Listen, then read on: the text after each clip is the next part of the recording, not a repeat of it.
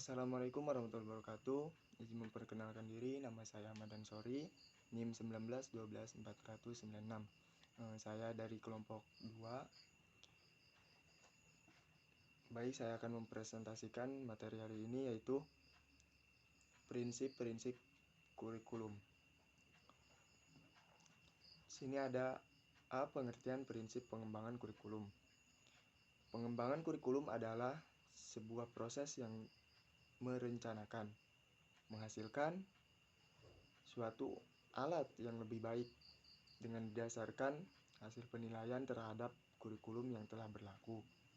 Jadi, pengembangan kurikulum yaitu sebuah proses yang merencanakan.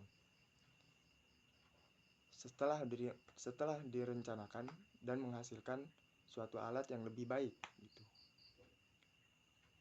Proses perencanaan. Jadi kita telah merencanakan apa, terus menghasilkan. Nah, setelah merencanakan di situ kan ada penghasilan kan. Nah, penghasilan itu sehingga kita memberikan belajar mengajar dengan baik. Nah, sini ada unsur yang perlu diperhatikan dalam pengembangan.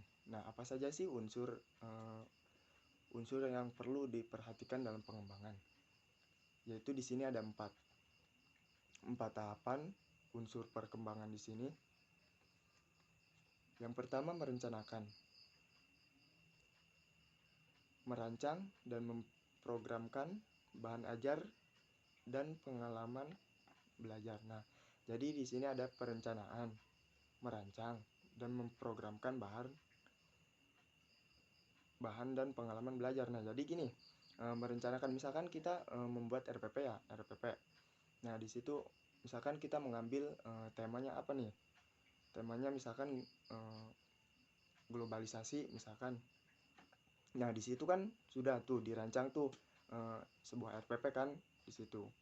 Nah, kita buat dulu RPP-nya, programnya apa aja, bahan ajarnya. Misalkan kita di situ banyak media pembelajarannya seperti apa. Kemudian karakteristik peserta didik. Nah, di situ ada yang namanya beda-beda. Setiap orang itu beda-beda. Nah, yang satu misalkan dia rajin, misalkan mau bekerja sama dengan kelompoknya. Nah, ada lagi yang satunya malas. Nah, kayak gitu kan, hobinya main aja, lompat-lompat kayak gitu kan. Itu karakteristik ya. Kita harus memahami karakteristik siswanya dulu kayak gitu. Nah, kemudian tujuan yang akan dicapai. Nah, setelah kita membuat RPP kan di situ ada tujuannya apa. Kita itu membuat RPP itu untuk apa sih kayak gitu kan. Contohnya ini mah ya. Nah, tujuan yang akan dicapai misalkan agar siswa kelas 4 mengenal daerah yang ada di Indonesia kayak gitu. Keempat, kriteria untuk mencapai tujuan. Nah, di sini ada kata kriteria. Apa sih kriteria itu? Nah, kriteria itu bisa apa ya?